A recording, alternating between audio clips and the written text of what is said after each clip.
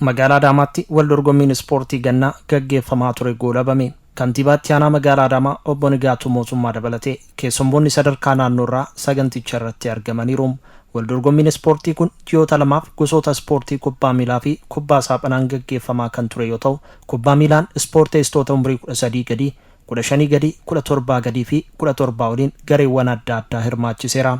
Kubbaa saaphanaan ammoo gareewwan 8 irratti hirmaataniiru. Gosoota ispoortii 16 irrattis leenjiin ispoorteessitootaa fi ogeessotaaf kennamaa turuu fi akka waliigalaatti dorgommichaan ispoorteessitoota 3,000 ol hirmaachisu ibsameera. Umurii 13 fi 17 gadiin Biruu Tasfaa, 15 gadiin Araada Akaadaamii akkasumas umurii 17 waliin Gooroon gareewwan kubbaa miilaan shaampiyoonii ta'anidha. Kubbaa saaphanaan ammoo gareen Pooliteeknikaa Adaamaa shaampiyoonii ta'ee jira. Saganticha irratti kan argaman kantiibaan itti aanaa magaalaa Adaamaa obbo Nigaatuu Mootummaa xiyyeeffannoon damee ispoortiif kenname cimee itti fufaa jedhaniiru.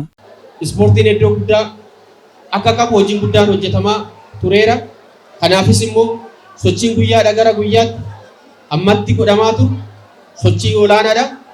Kana giddu galeessa goone guyyaa irraa kana xumuriinsaaf keessattuu kubbaa miilaa kan shaampiyoonii bara kanaa guyyaa irraa kana yeroo gaggeessinu itti aansinee immoo barattaanu kana keessatti ispoortiiwwan keenya cimsuudhaan gama atileetiksiidhaan dubartootaan kubbaa miilaatiinis ammumarraa qophii guddaa akka magaalaatti taasisaatii jirra.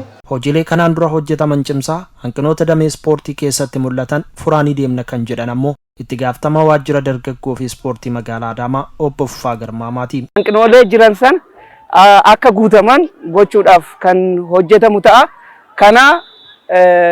Kana giddu galeessa godhatamee kutaa magaalaa hundatti, aanota hundatti iddoowwan ispoortii akka qophaa'an wanti irratti hojjetamaa ture jira. Inni sun cimee itti fufa. Oolmaawwan dargaggoo qabnu haaromsuun, cimsuun haga humni magaalaa danda'etti isaan kanas giddu galeessa godhannee kan irratti hojjennu ta'a.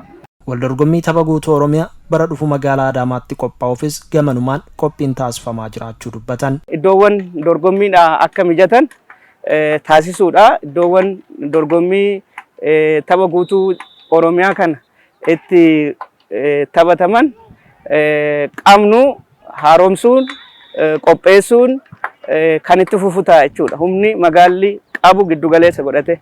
Inni lammaffaa ispoortitoota keenya qopheessuudha. Federeeshinoota keenya cimsuudhaan karoora akka baafatan taasisuun tokkoon gosoota ispoortii jiran kan dura jiran cimsuu, kan hin jirres irra deebinee hundeessuudhaan gosa ispoortii hundumaan irratti qophii gahaa gochuun barbaachisaadha. Waajjira dargaggoo fi ispoortii magaalaa Adaamaatti dursaan garee leenjii fi wal dorgommii ispoortii obbo Yoosef Kaasa'ee gama isaaniin wal dorgommiin qophaa'e ispoorteessitoota ciccimoo magaalattiif kan gumaachedha jedhan. Ispoorteessitoonni yeroo gannaa iddoo adda addaa iddoo bakka hin taanetti oolan san kar tokkootti waltajjii dorgommii keessatti akka hammataman taasisuudha. Inni lammaffaan ispoorteessitoota illitii ta'an asumarraa warri kilaboota hedduu dhufanii laalaa turan ijoollees filatanii jiran jechuudha. Leenjistoonni magaalaa keenya kan kilabii keenya keessa jiran illee dhufanii ijoollee laalanii inni kun under 17 ni ta'a, inni kun under 20 dhaaf illee ni ta'a jedhanii filaa jiran. Kilabii biraallee dhufee asitti filachaa jira jechuudha. Kan maalidha waltajjii akkana qophaa'uun faayidaa guddaa qaba. Ijoollee illiitiin sun akka fudhatamtu nu godha jechuudha. Kanaafuu faayidaa guddaa qaba jechuudha. Karaa biraatiin immoo